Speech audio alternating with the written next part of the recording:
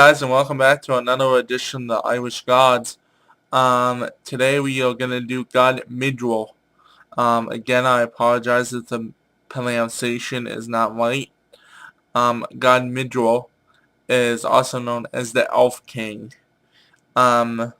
He is basically a god of only a few things, but he deals a lot with magical creatures and beings. So, you would want to use him for that. Well, anyhow, he's a very interesting one too. They all are in their own way. But anyhow, here is his titles, alternative names and spellings, and symbols. Enjoy.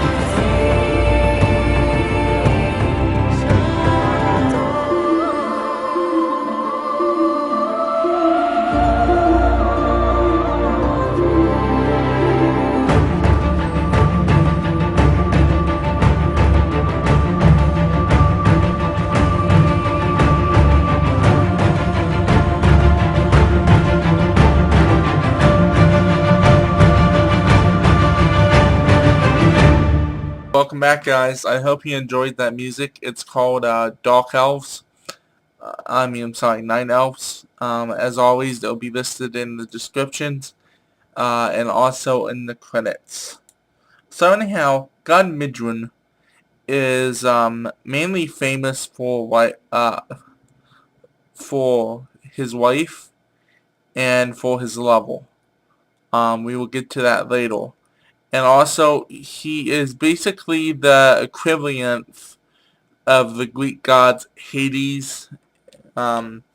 He mainly is equated to him. He was known as like kind of a politician god, but he didn't do that good in it. It actually led to the kingdom falling because he tried to be a politician. The kingdom of the higher gods for a little bit fallen. So it's very interesting. But more of a personal note on this stuff is that when we find out what he is God of here more, I'll talk more about him. But you will rarely see any pictures of him without his wife, without him holding his wife beside him. So anyhow, without no further ado, let's get to what he is God of. He is God of four things here. He is God of the underworld.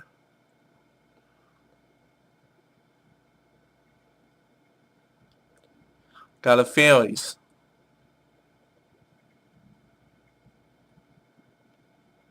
God of elves.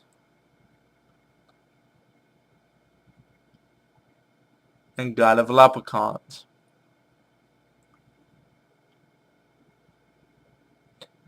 Now, let's talk a little bit about these things that he's God of.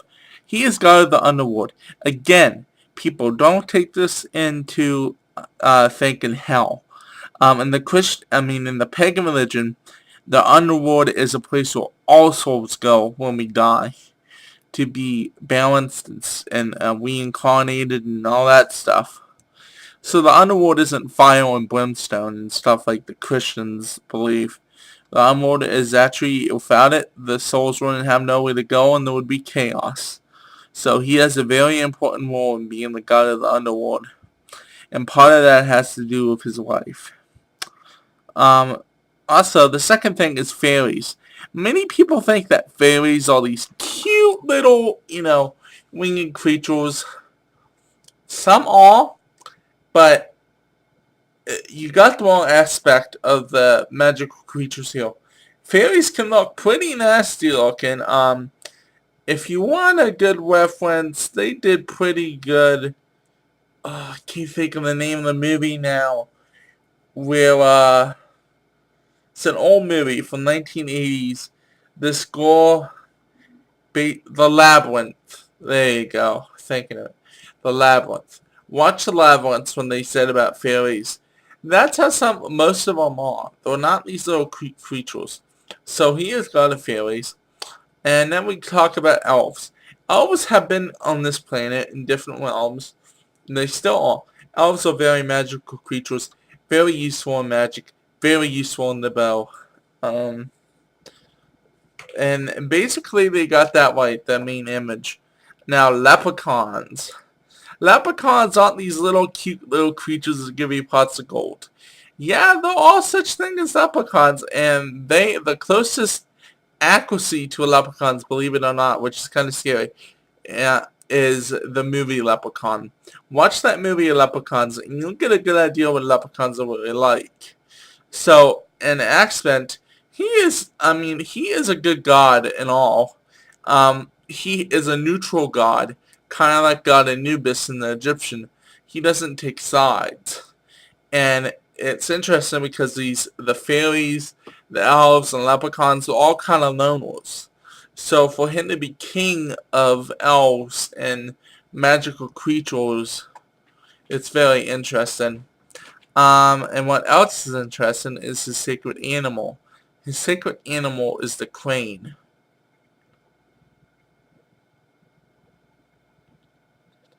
I find that interesting because, well, I don't know why he chose the crane as his secret animal.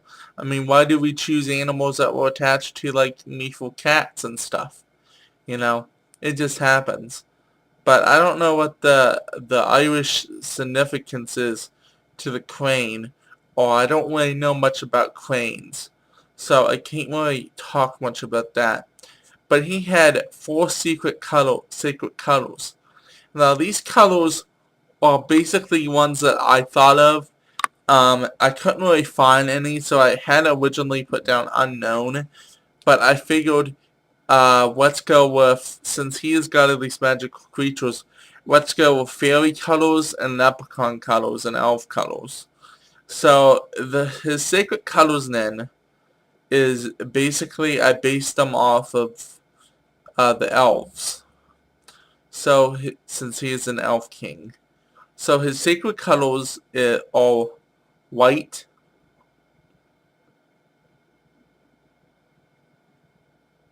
green,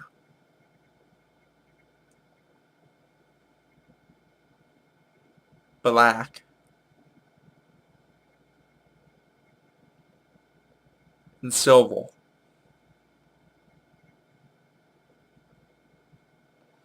His sacred element is earth.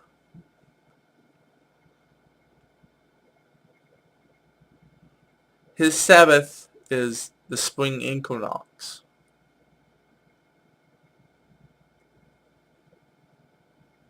His associated planet is the sun.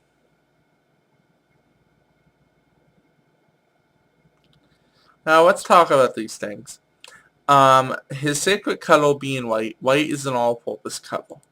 His other color being green, which is nature, earth, which makes sense as the element is earth. Spring equinox is earth, as an earth Sabbath. They all basically are, but spring equinox is the flowers and all that, nature. So green represents nature as well. Black is in protection, as in many people get this misunderstanding that they think black is evil, represents death. If anything, you are totally wrong on that.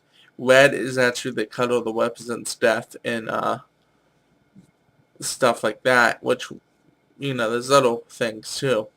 And silver is color of the goddesses. It's also a very telepathic color. So it matches him pretty good.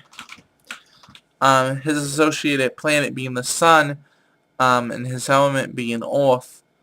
That's interesting to me. His representations. He has three representations. And you're going to see a couple things pop up here a couple times. His representation is wings,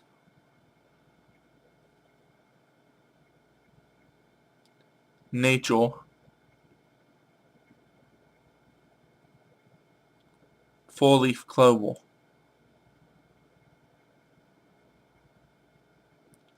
His herbs and incense is fairy dust,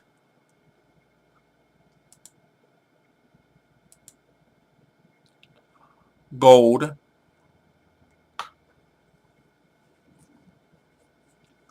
and four-leaf clover. Now, you see the representation of nature and the four-leaf clover popped up 2 times, and it has popped up a few times through this video if you've been paying attention. The four-leaf clover is very hard to find. It's a very lucky thing if you find it. It also represents a lot of the magical creatures, and so there's the nature and the wings. Wings mainly for fairies. Um, and now his orbs. Fairy dust, I'm not talking about actual fairy dust. I mean, you could find some, but it's very hard. I would go, they have an incense called fairy dust. I use that to call on the fairies when I use fairy magic. Gold, that's expensive to come by, real gold. Four-leaf clover again, so his the only one that's actually cheap and easy to come by is fairy dust.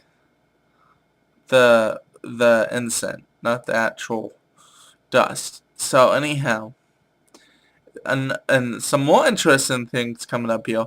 His mother is goddess Morgan, goddess of war and death.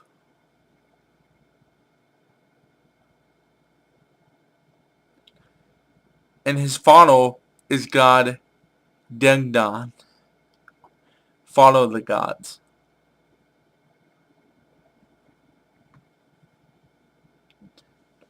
So those are 2 very powerful parents to have. And it makes sense why he was attracted to his levels, his wife and his level. His wife is spelled this. She is the fairy queen.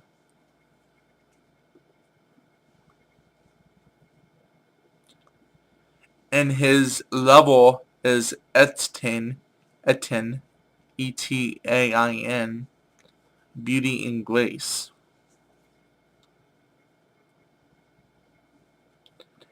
And what's interesting about this, Etain is, we know horses, she's very known for that in horses, but she is also a creature that is very, not a creature, a goddess, which is very two-faced goddess.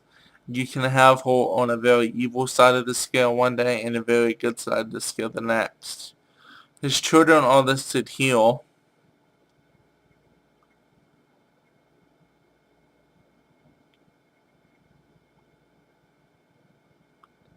Now, God Anpod, the first one, is basically God of death and destruction.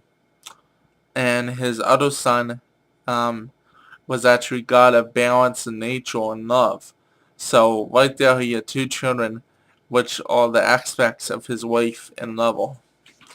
Which I don't know which ones he had which children with, but the research showed that it was with his second, with his level. So I'm not 100% on that. But that's it for God Midir, the Elf King. I hope you enjoyed this video, and may you all have a blessed day. Bye.